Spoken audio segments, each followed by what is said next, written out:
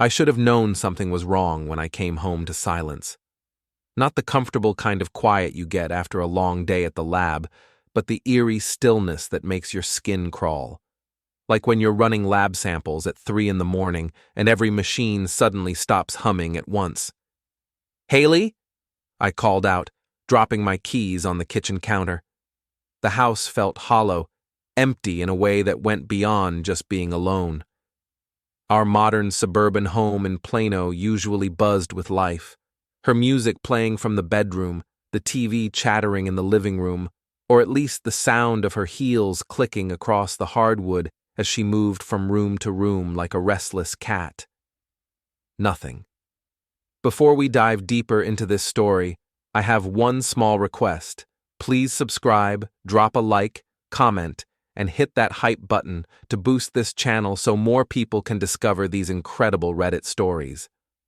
I loosened my tie and walked through our slightly cluttered living room, past the couch where she always left her fashion magazines scattered like confetti, past the coffee table still bearing the ring stains from her endless cups of herbal tea. Everything looked normal, but something felt off. If I wanted to live alone, I would have learned to cook something more sophisticated than microwave burritos. The bedroom was empty, too. Her side of the bed was made, but not in the way she usually did it. This was hasty, like someone had pulled the covers up in a hurry. Her phone wasn't on the nightstand where she always plugged it in. Come to think of it, I hadn't heard from her all day, which was unusual. Haley Corbin, my wife of 8 years, was many things, stylish, sharp-tongued, quick to anger, but she wasn't the type to go radio silent. I tried calling her, straight to voicemail. "Hey, it's me," I said after the beep, trying to keep my voice casual. "Just wondering where you are. Call me back when you get this." I hung up and stared at my phone, a weird knot forming in my stomach. Maybe she was with Kim, her gossipy co-worker from the boutique. They sometimes went out for drinks after work, though Haley usually texted me about it. I scrolled through my contacts and found Kim's number. "Oh, hi, Jonas," Kim answered on the third ring. Her voice sounded strange, like she was trying too hard to sound normal. "What's up? Is Haley with you? She's not home and her phone's going straight to voicemail." There was a pause. Too long of a pause. "No, she's not with me. I haven't seen her since work." "Did she mention any plans? Girls' night or anything?" No, nothing like that. Listen, I'm kind of busy right now." "Kim, is everything okay? You sound weird." "Everything's fine. I'm sure she's fine too. You know how Haley is. She probably just needed some space or something." Space? That was an odd thing to say. Haley and I had our issues like any married couple, but we didn't do the needing space thing. We did the argue loudly about whose turn it is to take out the trash thing. "Right," I said slowly. "Well, if you hear from her, I'll tell her to call you. Gotta go, Jonas. Bye." She hung up before I could say anything else. I stared at my phone, that knot in my stomach tightening. Kim's voice had been all wrong, too bright, too dismissive, like she was hiding something. I was about to try calling Haley again when my phone buzzed with a text. From her. "Stop calling me! You're getting on my nerves! I'll be home when I'm home." I read it 3 times. Nothing says loyal wife, like a text message that sounds like it was written by a teenager having a tantrum. Haley could be sharp when she was angry, but she wasn't usually cruel, and she definitely wasn't the type to just disappear without explanation. Something was definitely wrong. I sat down on our bed and really looked around the room. Her jewelry box was slightly askew on the dresser. The drawer where she kept her good underwear was pulled out just a fraction too far, signs of someone packing in a hurry, or at least grabbing things quickly. My phone buzzed again. Another text from Haley. "And stop being so paranoid. I'm fine." Except I hadn't texted her back yet. How did she know I was being paranoid? I walked back to the kitchen and poured myself a beer, trying to think logically.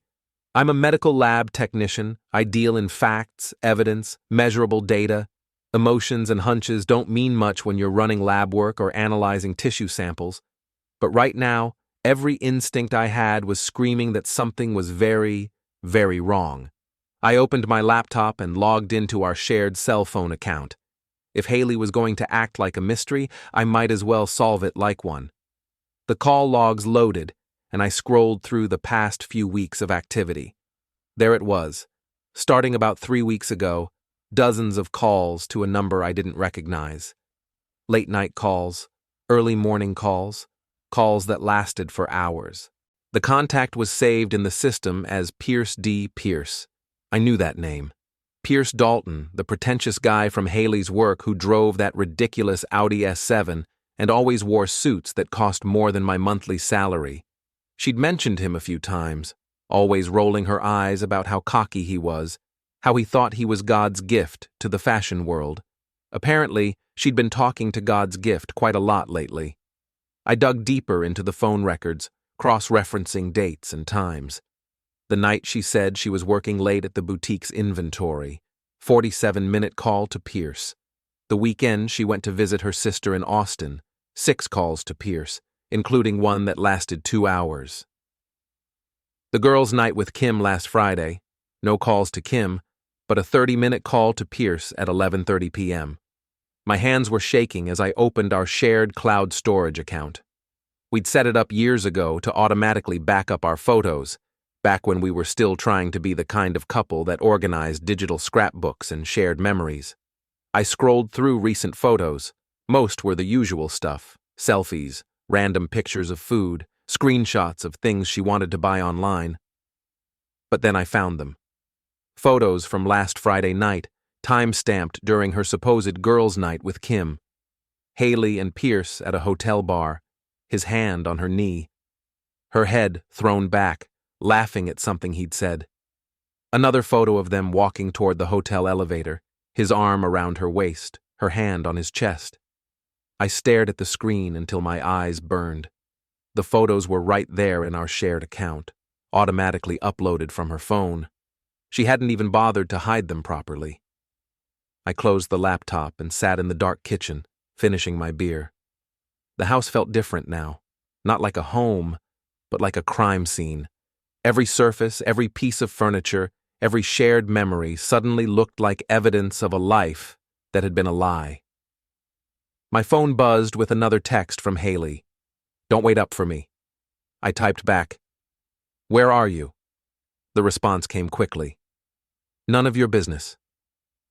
I set my phone down and smiled for the first time all evening. It wasn't a happy smile.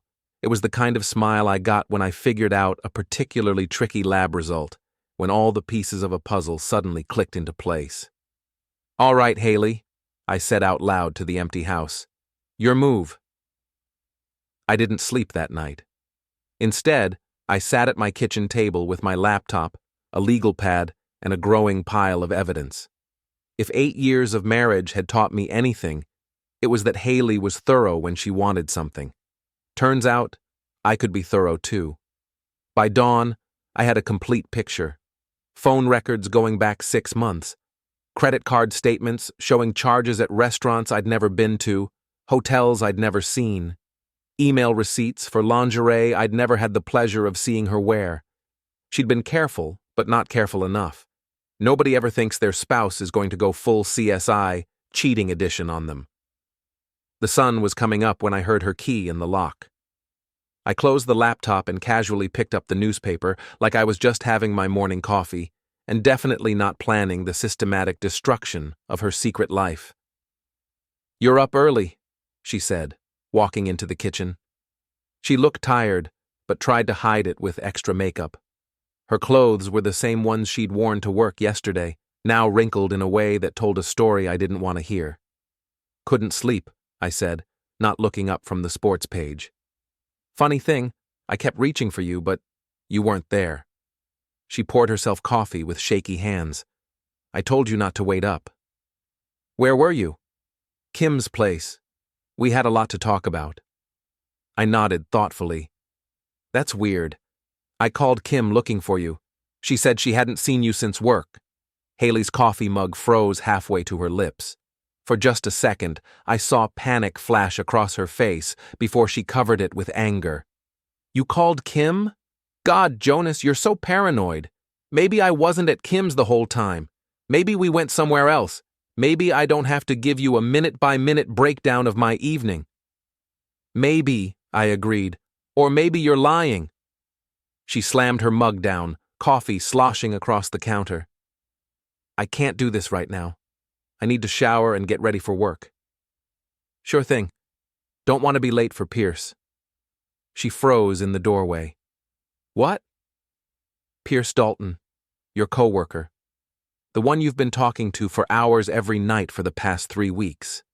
The color drained from her face. Jonas, I don't know what you think you know. I know you're cheating on me. I finally looked up from the newspaper, meeting her eyes. I know you've been lying to me for months. I know you spent Friday night at the Marriott downtown with him while you told me you were having girls' night with Kim. She opened her mouth, closed it, then opened it again. You went through my phone? I went through our phone records, our shared accounts. You know, all the stuff married couples share when they're not busy screwing their coworkers. Jonas, listen. No, you listen. I stood up, surprised by how calm I felt. I'm going to work. When I get home tonight, we're going to have a conversation about how this is going to work. The divorce, the house, all of it. Until then, I suggest you think very carefully about what you want to say to me. I grabbed my keys and headed for the door, leaving her standing in the kitchen with her mouth hanging open. The drive to the lab was surreal. Everything looked the same. Same traffic, same radio DJ making the same stupid jokes, same gray office building where I spent my days analyzing other people's problems under a microscope. But I felt like a different person. Like I'd been sleepwalking for months and had finally woken up. My friend Gabe was already in the break room when I arrived. He was an ER nurse at the hospital next door, and we often grabbed coffee together before our shifts started. He took one look at my face and whistled low. Jesus, Jonas, you look like hell. What happened? Haley's been cheating on me. Gabe nearly choked on his coffee. What? Are you sure? Phone records, credit card statements, photos. She's been screwing some guy from her work for months. Holy shit, man, I'm sorry. What are you going to do? I thought about it for a moment. I'm going to destroy them both. Gabe raised his eyebrows. That's surprisingly dark for you. Yeah, well, I'm full of surprises. After work, I made a stop that would have surprised Haley even more than my newfound investigative skills. I went to see a lawyer. Clara Wyatt had been recommended by a guy at work who'd gone through a messy divorce the year before. Her office was in one of those glass towers downtown, all chrome and leather and intimidation. She was exactly what I'd expected. Sharp suit, sharper eyes, and the kind of smile that suggested she enjoyed her job a little too much. So, she said after I'd laid out the evidence, your wife has been having an affair with a coworker, and you have documentation going back several months. That's right. And you want to file for divorce. I want to file first, before she has a chance to get her story together or hide any more assets. Ms. Wyatt's smile got sharper. I like your thinking. Texas is a community property state, but adultery can definitely affect the division of assets, especially if she's been spending marital funds on her affair. She flipped through the credit card statements I'd printed out. Hotel rooms, expensive dinners, jewelry purchases. Oh, this is good. This is very good. How good? Good enough that she's going to walk away from this marriage with a lot less than she probably expects. When do you want to start the proceedings? Tomorrow. Aggressive. I respect that. We'll file the papers first thing in the morning. She'll be served by the end of the week. I felt a grim satisfaction as I signed the retainer agreement. Haley thought she was so clever, so careful. She had no idea what was coming. But I wasn't done yet. On the way home, I made another stop, at Pierce's apartment complex. It was one of those trendy high-rise buildings in Uptown, all glass and steel and pretension. The kind of place where a single guy with too much money and too little sense would live. I found his ridiculous Audi in the parking garage and took a few photos. License plate, parking spot number, the little dent in the rear bumper. Information I might need later. As I was leaving, I saw him. Pierce Dalton, in all his cocky glory, walking toward the elevator with a gym bag slung over his shoulder. He was exactly as I remembered, tall, perfectly groomed, wearing a suit that probably cost more than my car payment. The kind of guy who thought he was entitled to whatever he wanted, including other men's wives. He didn't see me, which was fine. I wasn't ready for that conversation yet. When I got home, Haley was waiting in the living room. She'd changed clothes and fixed her makeup, trying to look like the wife I thought I'd married instead of the stranger I'd discovered. "Jonas, we need to talk." "Yes, we do." She took a deep breath. "I know you're upset, and you have every right to be. But it's not what you think." "It's not. Pierce and we're just friends, close friends. Maybe too close, but nothing physical has happened." I pulled out my phone and showed her the photo from the hotel bar. "This looks pretty physical to me." Her face crumpled. "Jonas, please. I know how this looks, but what? But you accidentally spent the night at a hotel with him? But you accidentally lied to me for months? But you accidentally fell in love with someone else?" "I didn't say I was in love with him. You didn't have to." We stared at each other across the living room, 8 years of marriage hanging in the balance. I could see her trying to figure out what to say, how to spin this, how to make me the bad guy for discovering her betrayal. "What do you want from me?" she finally asked. "I want you to pack a bag and stay somewhere else tonight. Tomorrow, you're going to get some papers that will explain exactly what I want from you." "Papers?" "Divorce papers, Haley. This marriage is over." She started crying then. Big, dramatic tears that might have moved me a week ago. Now they just looked like another performance. "Jonas, please. Can't we work this out? Can't we go to counseling or something?" "You should have thought of that before you decided to work things out with Pierce instead." I walked past her toward the stairs. "I'm going to bed. Lock the door when you leave." As I lay in bed that night, listening to her move around downstairs, packing a bag and making phone calls in hushed, urgent tones, I felt something I hadn't expected: relief. For months, I'd sensed something was wrong, but couldn't put my finger on it. Now I knew. The uncertainty was over, and the real work could begin. Tomorrow, Haley and Pierce were going to learn what happened when you underestimated the quiet guy who spent his days analyzing evidence and solving puzzles. They thought I'd just roll over and take it. Time to show them what an underdog could do. The divorce papers were served to Haley at work on Thursday afternoon. I wasn't there to see it, but Kim called me 20 minutes later, her voice shrill with panic. "Jonas, what the hell are you doing? Haley just got served with divorce papers at the boutique, in front of everyone." "I'm getting divorced, Kim. I thought that was pretty obvious." "But why at work? Why couldn't I what? Handle this privately? Like she handled her affair privately?" Kim went quiet for a moment. "Jonas, I think you're making a mistake. Marriage is about forgiveness. Marriage is about a lot of things, Kim, like honesty and fidelity and not screwing your coworkers in hotel rooms." I hung up and immediately called my lawyer. "How did it go?" "Like a dream," Ms. Wyatt said, and I could hear the satisfaction in her voice. The process server said she went white as a sheet when she read the papers. Started crying right there in front of her boss and all her coworkers. Very dramatic. "Good. What's next?" "Now we wait for her response. In the meantime, I've filed for temporary orders regarding the house and assets. Since you're the primary breadwinner and she's been spending marital funds on her affair, we should be able to get you exclusive use of the marital residence." "How long will that take?" 2 weeks, maybe 3. But Jonas, there's something else you should know. She's already hired an attorney. That was fast. Desperate people move quickly. Her lawyer is David Morrison. He's adequate. Not great, but not terrible either. The kind of guy who'll tell her what she wants to hear instead of what she needs to hear. I smiled. Perfect. That evening, I decided to take a drive past Pierce's apartment building. I wasn't sure what I was looking for, maybe just the satisfaction of knowing where the enemy lived. But as I pulled into the parking garage, I hit the jackpot. Pierce's Audi was there, but so was another car I recognized, a white BMW that belonged to someone named Mia Richardson.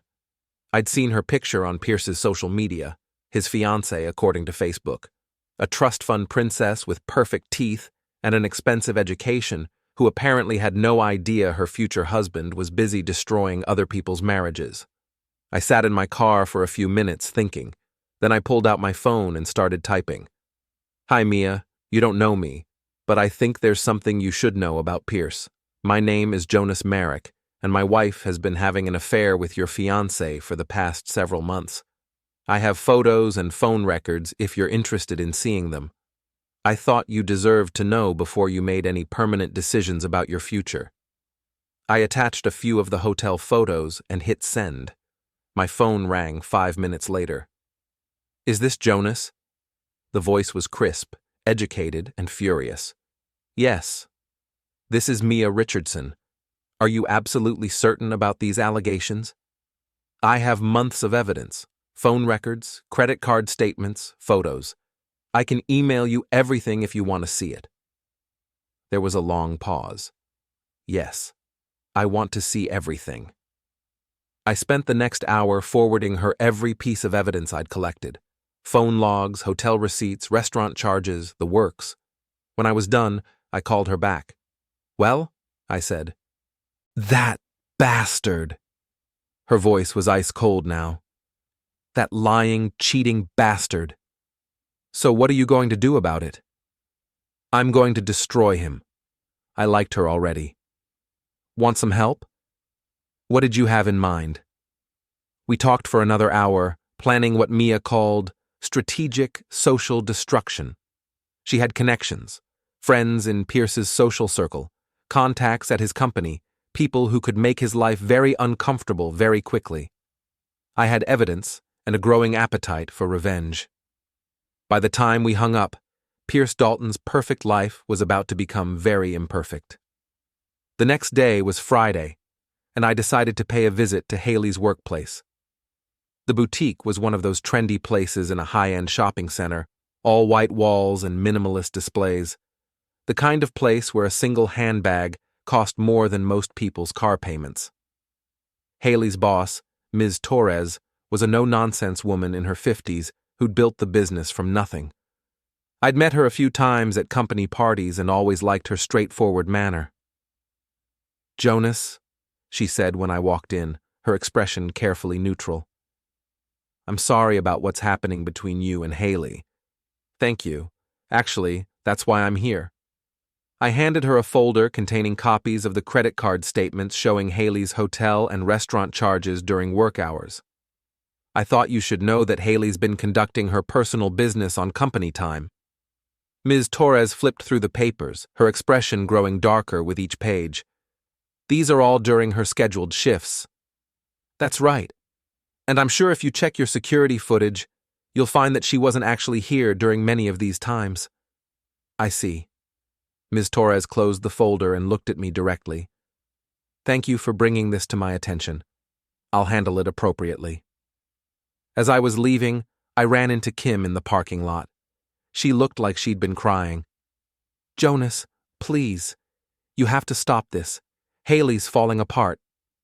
Good. That's cruel. She made a mistake, but she doesn't deserve... She doesn't deserve what? Consequences? Accountability? She made her choice, Kim. Now, she gets to live with it. But the divorce papers at work, and now Ms. Torres is asking all these questions about her schedule. Maybe she should have thought about that before she decided to turn her workplace into a dating service. Kim's face flushed red. You know what? I'm glad she cheated on you. You're cold and vindictive and... And I'm not the one who broke my marriage vows. I got in my car and drove away, leaving Kim standing in the parking lot looking like she'd been slapped. That evening, Mia called with an update. I confronted Pierce about the photos. He tried to deny it at first, then claimed it was just a physical thing and didn't mean anything, as if that made it better.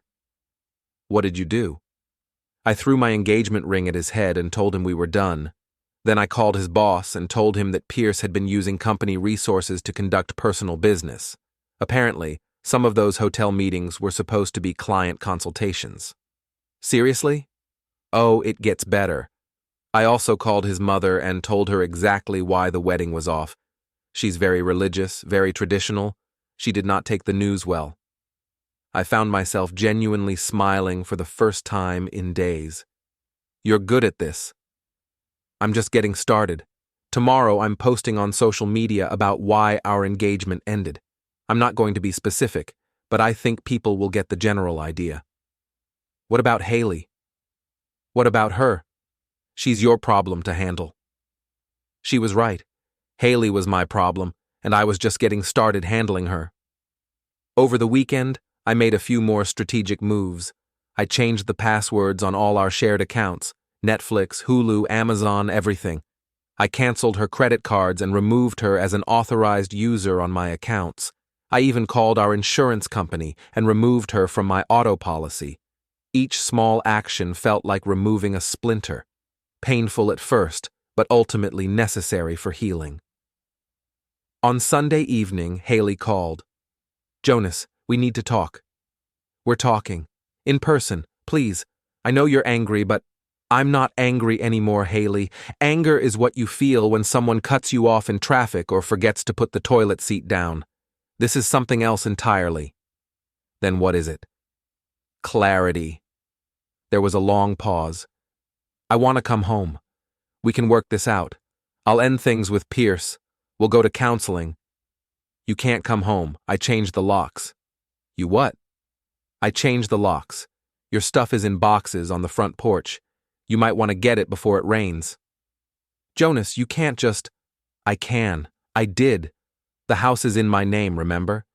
You insisted on that when we bought it because your credit was shot from all those shopping sprees. She started crying again. Please don't do this. I love you. No, you don't. If you loved me, you wouldn't have spent the last 6 months screwing Pierce Dalton in hotel rooms. It wasn't 6 months? Oh, excuse me. 4 months. That makes it so much better. I hung up and turned off my phone. Outside, I could hear her car pulling into the driveway, then the sound of her voice as she found the boxes on the porch. She rang the doorbell for 10 minutes before finally giving up and driving away. Monday morning brought good news from my lawyer. The temporary orders had been granted. I had exclusive use of the house, and Haley's access to our joint accounts was frozen pending the final divorce decree. She's not going to like this, Ms. Wyatt warned. I'm counting on it. Jonas, I have to ask, are you sure you want to push this hard? Sometimes it's better to... To what? Be reasonable? Show mercy? She didn't show me any mercy when she was destroying our marriage. Why should I show her any now? Because sometimes the high road is for people who didn't get betrayed by the person they trusted most in the world. Ms. Wyatt was quiet for a moment. All right, we'll do this your way. But be prepared for her to fight back. Desperate people do desperate things. Let her try. I was ready for whatever Haley wanted to throw at me. What I wasn't ready for was Pierce Dalton showing up at my house that evening, looking like he wanted to have a conversation I definitely didn't want to have. But as I watched him get out of his damaged Audi, someone had apparently keyed homewrecker into the paint job, I realized that maybe it was time for that conversation after all. Game on, lover boy, I muttered as I opened the front door. Pierce Dalton looked like hell. His usually perfect hair was disheveled, his expensive suit was wrinkled, and there were dark circles under his eyes that suggested he hadn't been sleeping well. The word homewrecker was scratched deep into the paint of his Audi, and someone had apparently filled his air vents with what smelled like rotting shrimp. We need to talk, he said as I opened the door. Do we? This has gone far enough. You've destroyed my relationship with Mia. You've gotten Haley fired. Haley got herself fired by conducting personal business on company time. And Mia destroyed your relationship with Mia when she found out you were cheating on her. Pierce stepped closer, trying to use his height advantage to intimidate me. You had no right to contact Mia. That was between her and me. Actually, it was between you and my wife. Mia just deserved to know what kind of man she was planning to marry. Your wife came on to me, Pierce said, his voice rising. She pursued me. I didn't go looking for this. I laughed. Oh, that's rich. Poor Pierce, helplessly seduced by the evil married woman. You couldn't possibly have said no. It's the truth. The truth is that you're a predator who saw a woman having problems in her marriage and decided to take advantage. The truth is that you're exactly the kind of narcissistic piece of garbage who thinks he can take whatever he wants without consequences. Pierce's face flushed red. You don't know anything about me. I know enough. I know you're engaged to one woman while screwing another. I know you use company resources for personal business. I know you're the kind of guy who drives an overpriced car to compensate for having an underperforming personality. You snake. Get off my property. Or what? I smiled. Or I'll call the police and report you for trespassing. Then I'll call your boss and tell him you're harassing the husband of your former employee. Then I'll post the security footage of this conversation on social media and let everyone see what you look like when you're begging. Pierce stared at me for a long moment, clearly trying to decide if I was bluffing. I wasn't. This isn't over, he said finally. Yes, it is. You just don't know it yet. He stalked back to his vandalized car, and I watched him drive away with a satisfaction that was almost physical. But I wasn't done with Pierce Dalton. Not by a long shot. The next morning, I called in sick to work and drove to Pierce's office building. It was one of those gleaming towers downtown, all glass and steel and corporate ambition. I'd done my research. Pierce worked for a high-end marketing firm that specialized in luxury brands, the kind of place that cared deeply about image and reputation. I took the elevator to the 32nd floor and asked to speak with Pierce's supervisor, a woman named Janet Morrison, who, according to LinkedIn, had been with the company for 15 years. I'm sorry to bother you, I said when she came out to meet me in the reception area. My name is Jonas Merrick. I believe one of your employees, Pierce Dalton, has been having an affair with my wife. Janet's expression went carefully neutral. I see. And you're telling me this because? Because some of their meetings took place during business hours, at hotels and restaurants that were charged to company accounts. I have documentation if you're interested. Her expression sharpened. What kind of documentation? I handed her a folder containing copies of Pierce's expense reports that I'd obtained through Haley's email account.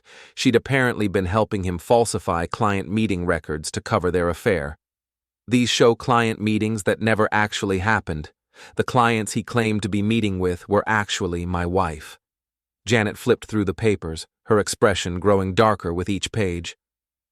These are serious allegations, Mr. Merrick. They're serious crimes. Expense account fraud, falsifying business records.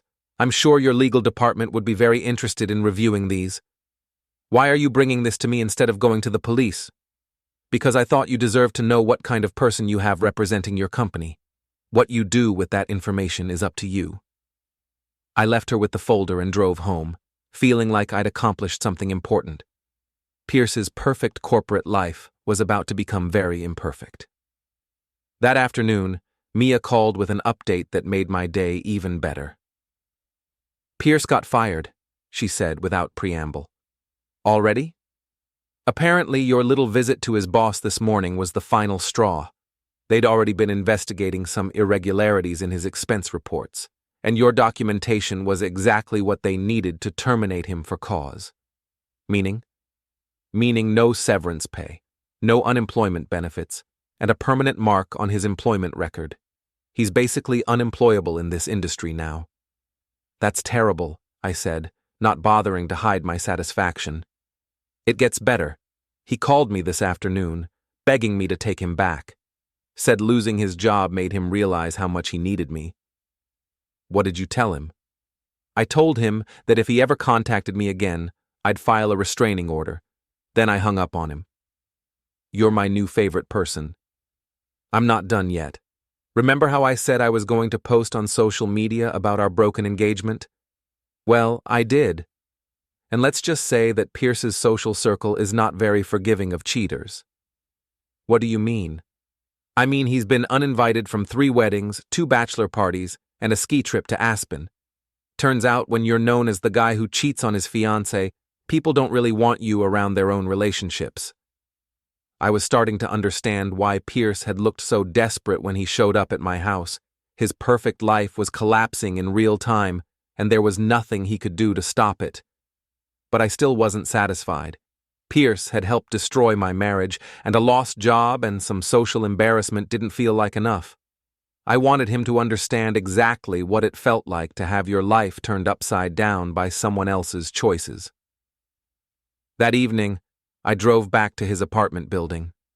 His Audi was in its usual spot, still bearing the home wrecker graffiti. I parked a few spaces away and waited. Pierce emerged from the elevator around 8 o'clock, looking even worse than he had the night before.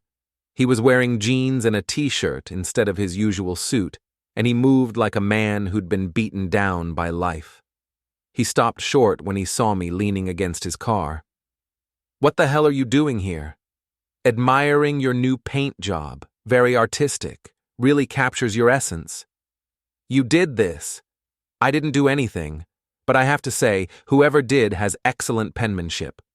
Pierce's hands were shaking with rage. You've destroyed my life. I lost my job because of you. You lost your job because you're a thief and a liar. I just provided the evidence. Mia won't even talk to me. Probably because you cheated on her with a married woman. Just a guess.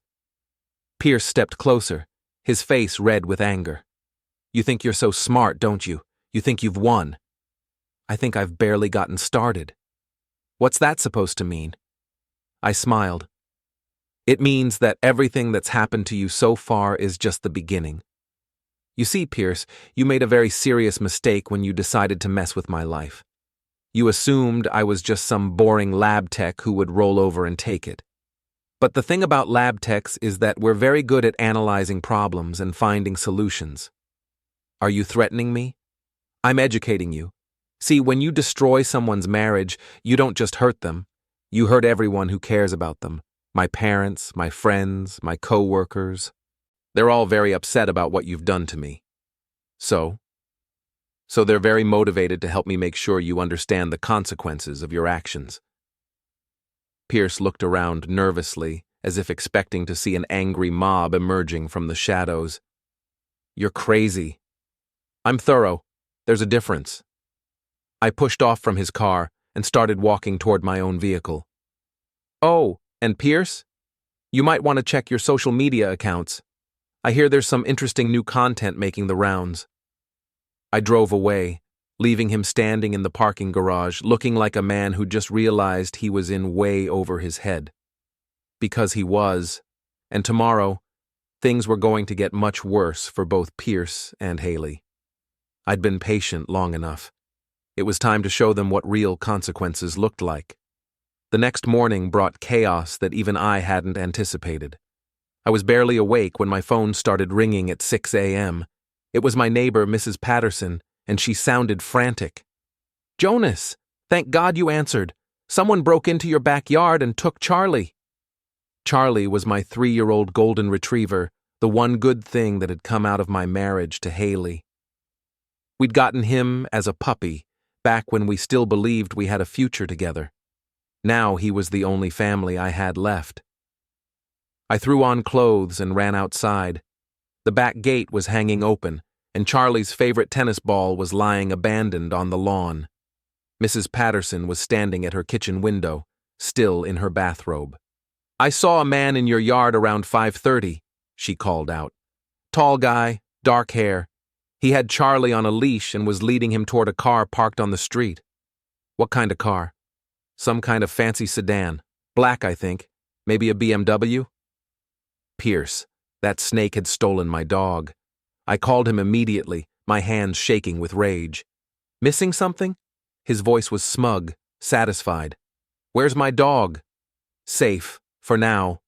Pierce, I swear to God, if you hurt him, relax. I'm not a monster. Charlie's fine. He's actually pretty friendly once you get to know him. What do you want? I want you to back off. Stop the social media campaign. Stop contacting my former employers. Stop destroying my life. Or what? Or Charlie takes a little trip to the animal shelter. Do you know what happens to dogs that get dropped off with no identification, no microchip? They get put down after 72 hours. You wouldn't. Try me. I was about to respond when I heard barking in the background.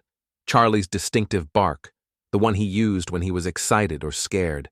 Then Pierce's voice, muffled like he'd covered the phone. Shut up, you stupid mutt. That was it. The last thread of my self-control snapped. You made a mistake, Pierce. Did I? You took the one thing I actually care about. Now this isn't just about revenge anymore. Now it's personal. I hung up and immediately called my cousin Eddie. He was an ex-Marine who worked construction and had very strong opinions about people who hurt animals. More importantly, he had a pickup truck and a complete lack of patience for entitled rich boys.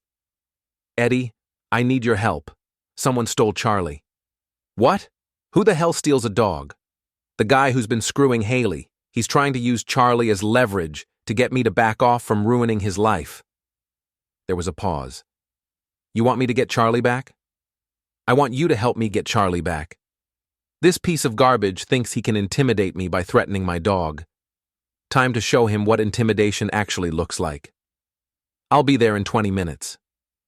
While I waited for Eddie, I tried to figure out where Pierce might have taken Charlie. He couldn't keep him at his apartment. The building had strict pet policies. He couldn't take him to work because he didn't have a job anymore.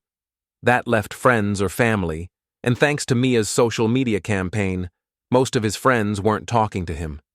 Then I remembered something Haley had mentioned months ago. Pierce's ex-girlfriend had a house in East Dallas with a big backyard. They'd stayed friends after their breakup, and she was the type who couldn't say no when someone asked for a favor. I looked up her address online and was pulling up directions when Eddie arrived. He took one look at my face and nodded grimly. Let's go get your dog back. The drive to East Dallas took 30 minutes through morning traffic. Eddie's truck was loaded with construction equipment, ropes, chains, tools that looked like they could do serious damage if necessary. I hoped it wouldn't come to that, but I was prepared for anything. There, I said, as we turned onto a quiet residential street. That's Pierce's car. Pierce's black BMW was parked in the driveway of a small ranch house.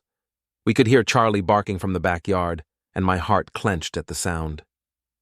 He was scared and confused, probably wondering why I hadn't come to get him yet. What's the plan? Eddie asked. Simple. We knock on the door, explain the situation, and ask for my dog back. And if they say no, then we get creative.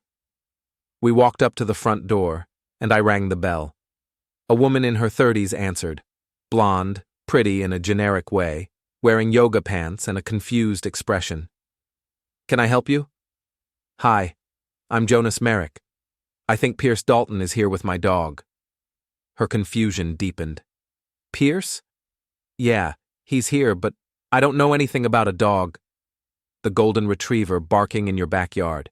He stole him from my house this morning. He stole your dog? She looked genuinely shocked. Pierce told me he was dog-sitting for a friend who had a family emergency. Pierce doesn't have friends, I said. He has victims. I can prove Charlie's my dog if you want to see his vet records. The woman, I assumed this was the ex-girlfriend, looked back toward the house uncertainly. Pierce, can you come here for a minute? Pierce appeared in the doorway behind her, and his face went white when he saw me and Eddie. What are you doing here? I'm here for my dog. I don't know what you're talking about. The ex-girlfriend turned to stare at him. Pierce, did you steal this man's dog? It's complicated, Sarah. It's not complicated, I interrupted. He broke into my backyard this morning and took my dog to use as leverage in a blackmail scheme. Sarah's mouth fell open. You did what? Sarah, you don't understand. I understand perfectly. She turned to me. Your dog is in the backyard. Go get him. Sarah, don't. Get out of my house, Pierce. Now. You can't just. I can and I am. You lied to me, you involved me in a crime, and you're clearly insane. Get out before I call the police. Pierce looked like he wanted to argue, but Eddie stepped forward, all 6 feet and 200 pounds of him, and Pierce's courage evaporated. Fine, Pierce said. But this isn't over. Yeah, it is, Eddie said quietly. And if you ever come near Jonas or his dog again, you'll be dealing with me. Understand? Pierce nodded quickly and pushed past us toward his car. He was backing out of the driveway before we even made it to the backyard. Charlie was tied to a tree with a rope that was too short, no water bowl in sight. When he saw me, he went crazy with excitement, jumping and barking and spinning in circles. I untied him, and he immediately jumped up to lick my face, his whole body wiggling with joy. I'm sorry, boy, I whispered into his fur. I'm so sorry. Sarah appeared beside us, looking genuinely upset. I had no idea. Pierce said his friend was in the hospital and needed someone to watch his dog for a few days. Pierce is a pathological liar, I said, clipping Charlie's leash to his collar. You're better off without him in your life. Clearly, I'm really sorry about this. It's not your fault. As we loaded Charlie into Eddie's truck, my phone buzzed with a text from Pierce. This isn't over. I showed it to Eddie, who laughed grimly. Guy doesn't know when to quit, does he? No, he doesn't. But that's okay. I'm just getting started with him. The drive home was much more relaxed. Charlie sat between Eddie and me, panting happily and occasionally licking my hand as if to reassure himself that I was really there. I scratched behind his ears and promised him that nobody would ever take him away from me again. So, what's next? Eddie asked as we pulled into my driveway.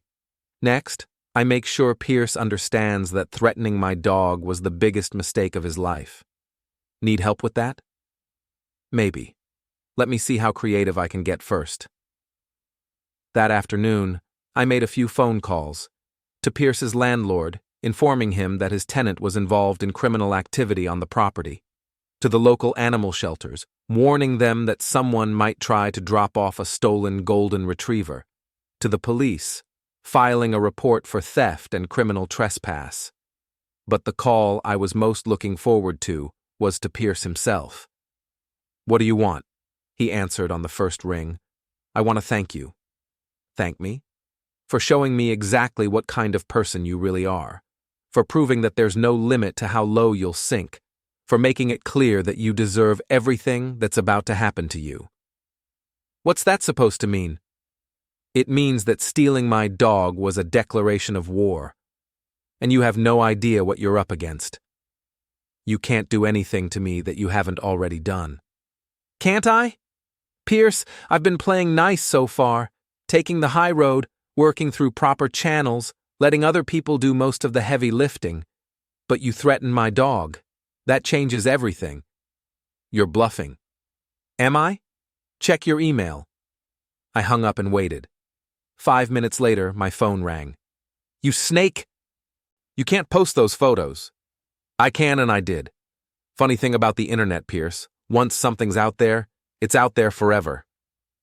The photos in question were the ones from Haley's phone, showing Pierce and Haley at various hotels and restaurants. But I'd had them enhanced by a tech-savvy friend who worked in digital forensics. Now they clearly showed Pierce's face, the hotel names, even the dates and times. I'd posted them to a local Facebook group with a warning about a predatory individual who targets married women. This is harassment. This is public service. People have a right to know what kind of person they're dealing with. I'll sue you for defamation. With what money? You don't have a job anymore, remember? And besides, truth is an absolute defense against defamation. Everything in those photos actually happened. Pierce was quiet for a long moment. What do you want? I want you to disappear. Leave Dallas. Find a new city, a new life, a new identity. Because if you stay here, I'm going to make sure everyone knows exactly what you are. You can't make me leave. I can make staying very unpleasant. How? I smiled, even though he couldn't see it. You'll find out. That evening, as I sat on my couch with Charlie's head in my lap, I felt something I hadn't experienced in months. Peace.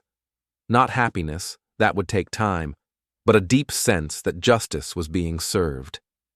Pierce had made the fatal mistake of thinking I was weak, of assuming that because I was quiet and methodical, I was also passive and defenseless. He'd learned otherwise today, but I wasn't done teaching him lessons. Tomorrow, I was going to show both Pierce and Haley what happened when you pushed a patient man too far. They'd started this war, but I was going to finish it. And when I was done, they were going to wish they'd never heard my name. The storm that had been building all week finally broke on Friday night, and it seemed fitting that the weather matched my mood. Rain lashed against the windows of my house as I sat in my living room, surrounded by the evidence of my systematic destruction of Pierce and Haley's lives. My laptop screen showed Pierce's LinkedIn profile, updated that afternoon to show he was seeking new opportunities, which was corporate speak for unemployed and unemployable. My phone contained screenshots of Haley's increasingly desperate text messages, begging me to be reasonable and think about what we once meant to each other. What we once meant to each other. As if 8 years of marriage could be erased by 4 months of betrayal. Charlie was curled up beside me on the couch, occasionally lifting his head when thunder rumbled overhead. He'd been clingy since Pierce's kidnapping stunt, and I didn't blame him. Trust, once broken, was hard to rebuild, even for dogs. My phone buzzed with a call from Ms. Wyatt, my lawyer. Jonas, we have a problem. What kind of problem? Haley's attorney filed an emergency motion this afternoon. They're claiming you've been harassing her, that you've engaged in a pattern of stalking and intimidation. I laughed. That's rich. What evidence do they have? The divorce papers being served at her workplace, the fact that you contacted her boss about her work attendance, something about you changing the locks on the house and putting her belongings on the porch. All of which was perfectly legal. I know that, and you know that, but desperate people file desperate motions. The hearing is Monday morning. They're asking for a restraining order and temporary alimony. Can they get it? Not if we're prepared. I need you to document everything, every interaction you've had with Haley, every action you've taken, every piece of evidence you've collected. Can you do that? I can do better than that. I can prove she's been lying about everything. After I hung up with Ms. Wyatt, I spent the next 2 hours organizing my evidence. Phone records, credit card statements, hotel receipts, photos, text messages, everything that proved Haley's affair and Pierce's complicity. By the time I was done, I had a timeline that would make a prosecutor weep with joy. But I wasn't done yet. Haley wanted to play victim? Fine. I'd show the court exactly what kind of victim she really was. I opened my laptop and started typing an email to Haley's divorce attorney. Mr. Morrison, I understand your client has filed an emergency motion claiming harassment and intimidation.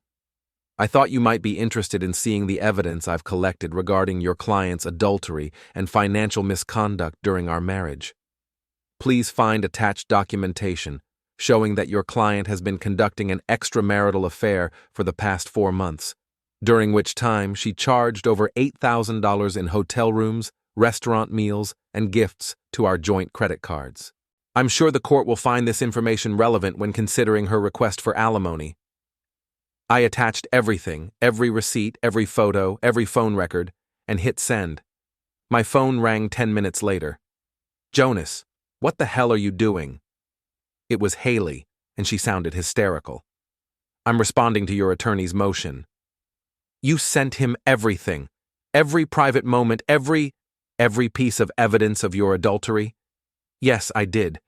Did you really think you could accuse me of harassment without me defending myself? This is going to destroy me. You destroyed yourself when you decided to cheat on me with Pierce. Jonas, please. I know I made mistakes, but... Mistakes? Haley, you didn't accidentally trip and fall onto Pierce's penis. You made deliberate choices over and over again for months. You lied to me. You stole from me. You humiliated me. And now you want to play victim? I never meant for it to happen. But it did happen. And now you get to live with the consequences. What about forgiveness? What about second chances? You should have thought about that before you gave Pierce chances that belonged to me. I hung up and immediately called Pierce. I wanted to hear his reaction to the email I'd sent to Haley's lawyer. You bastard, he said instead of hello. Good evening to you too, Pierce. Haley's lawyer forwarded me your email. You can't use those photos in court. Why not? They're evidence of adultery, which is relevant to the divorce proceedings. It's an invasion of privacy. Privacy? You were screwing my wife in public hotels and posting about it on social media. You forfeited any claim to privacy when you decided to make your affair my business. This is going to ruin both of us. That's the idea. Pierce was quiet for a moment. What do you want? Money? I'll pay you to keep this quiet. With what money? You don't have a job, remember?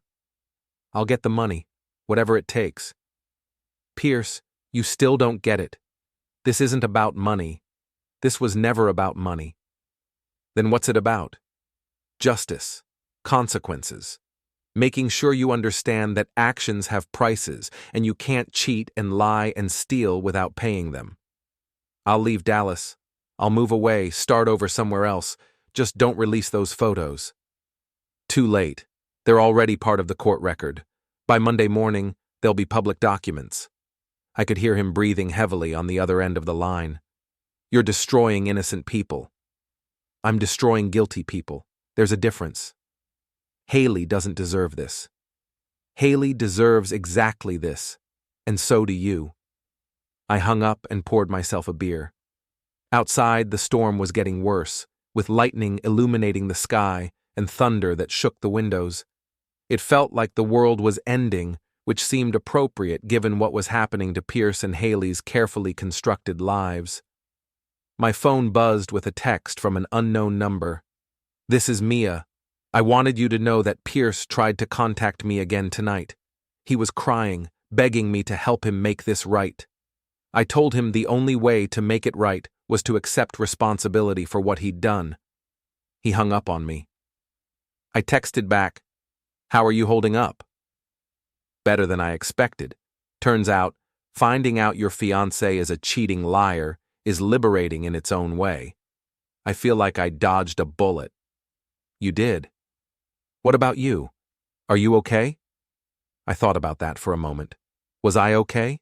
My marriage was over, my trust was shattered, and I'd spent the last week systematically destroying two people's lives. But for the first time in months, I felt like I was in control of my own destiny. I'm getting there, I texted back. Good. They both deserve what's happening to them. Yes, they do.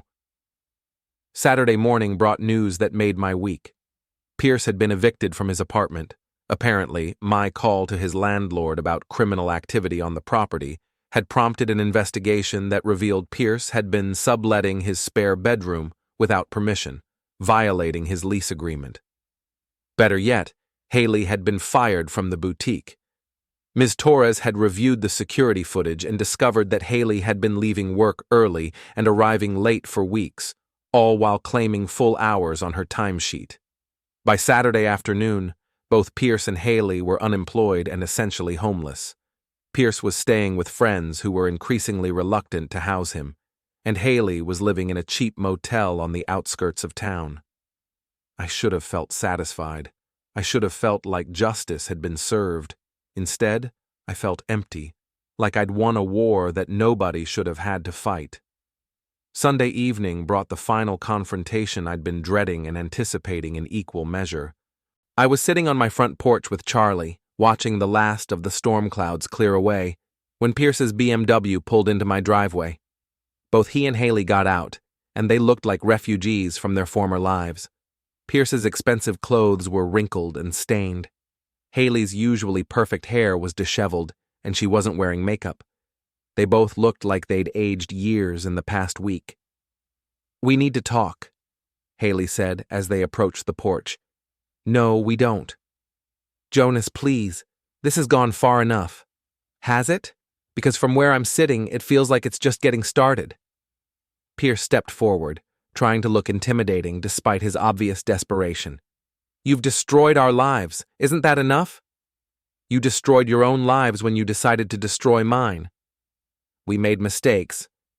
You made choices. Deliberate, calculated choices. You chose to lie to me, you chose to steal from me, you chose to humiliate me. Now you get to live with the consequences of those choices." Haley started crying, not the pretty, manipulative tears she'd used before, but ugly, desperate sobs. "I have nowhere to go. No job, no money, no friends. You've turned everyone against me." "I didn't turn anyone against you. I just told them the truth about what you did." "The truth?" Pierce laughed bitterly. "You've been stalking us, harassing us, destroying our reputations. I've been documenting your crimes and sharing that documentation with relevant parties. If you call that stalking, maybe you should have thought twice before committing the crimes." "We're sorry," Haley screamed. "We're both sorry. Isn't that enough?" "Sorry for what exactly? Sorry you got caught? Sorry you're facing consequences? Or sorry you actually hurt me?"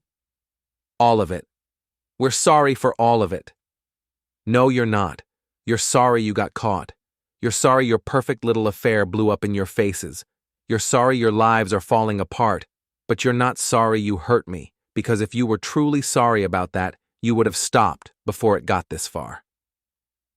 I stood up from my chair, and Charlie moved to stand beside me, a low growl rumbling in his throat. "You want to know what sorry looks like? Sorry would have been Haley ending the affair the first time she felt guilty. Sorry would have been Pierce backing off the moment he found out Haley was married. Sorry would have been either of you thinking about how your actions would affect other people. We know we screwed up. You didn't screw up. Screwing up is forgetting to pay a bill or burning dinner. What you did was deliberate betrayal. What you did was look me in the eye every day for 4 months and lie to my face while you planned your next hotel rendezvous." Pierce and Haley stood in my driveway, rain-soaked and defeated, looking like the ruins of the people they used to be. And I felt nothing. No satisfaction, no anger, no pity. Just a cold, empty certainty that justice had been served.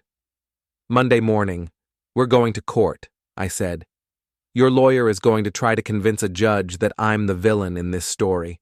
But the judge is going to see all the evidence. Every photo, every receipt, every lie you told. And then the judge is going to give me everything I'm asking for, because the truth has a way of speaking for itself. Jonas, after that, I never want to see either of you again. I want you both to disappear from my life completely. Move to another city, change your names, start over somewhere else, because if you stay in Dallas, I'm going to make sure everyone knows exactly what you are." "You can't." "I can. I will. And there's nothing you can do to stop me." I turned and walked toward my front door, Charlie at my side. As I reached for the handle, I heard Haley call out one last time, "Jonas, please, I loved you. I still love you." I stopped and turned around, looking at her across the distance that had grown between us. Not just physical distance, but emotional, spiritual, irreversible distance. "No, Haley. You loved the security I provided. You loved having someone to pay your bills and clean up your messes. You loved having a safe harbor to return to after your adventures with Pierce. But you never loved me. If you had loved me, none of this would have happened." I went inside and locked the door, leaving them standing in my driveway in the rain. Through the window, I watched them argue for a few minutes before getting back in Pierce's car and driving away. Monday morning's court hearing was exactly as I'd predicted. Haley's lawyer tried to paint me as a vindictive stalker, but the evidence spoke louder than his arguments. The photos, the receipts, the phone records, everything painted a clear picture of a woman who had systematically betrayed her marriage while using marital assets to fund her affair. The judge awarded me the house, the cars, most of our savings, and custody of Charlie. Haley was ordered to pay her own legal fees and received no alimony. The whole proceeding took less than an hour.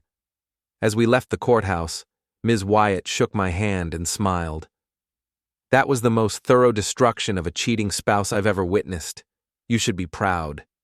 I'm not proud. I'm just finished. That evening, I sat on my front porch with Charlie, watching the sun set over my neighborhood. My phone had been buzzing all day with calls and texts from Pierce and Haley, but I'd ignored them all. There was nothing left to say. As darkness fell, I saw a familiar car drive slowly past my house. Pierce's BMW, with both him and Haley inside, moving like ghosts through the wreckage of their former lives. They drove past 3 times, but never stopped, never got out. On the 4th pass, I stood up and walked to the edge of my driveway. When they saw me, the car stopped. I looked directly at them through the windshield, these 2 people who had once meant everything and nothing to me. And I smiled. Not a cruel smile, not a triumphant smile, but the smile of a man who had finally found peace. Then I turned and walked back to my house, closing the door on the past forever. Through the window, I watched Pierce's car disappear into the night, carrying away the last remnants of my old life. Tomorrow, I would start building a new one based on truth instead of lies, on self-respect instead of blind trust, on the hard-won knowledge that sometimes the only way to heal is to first destroy what's already broken. I scratched Charlie behind the ears and whispered, "It's over, boy. It's finally over." And for the first time in months, I meant it.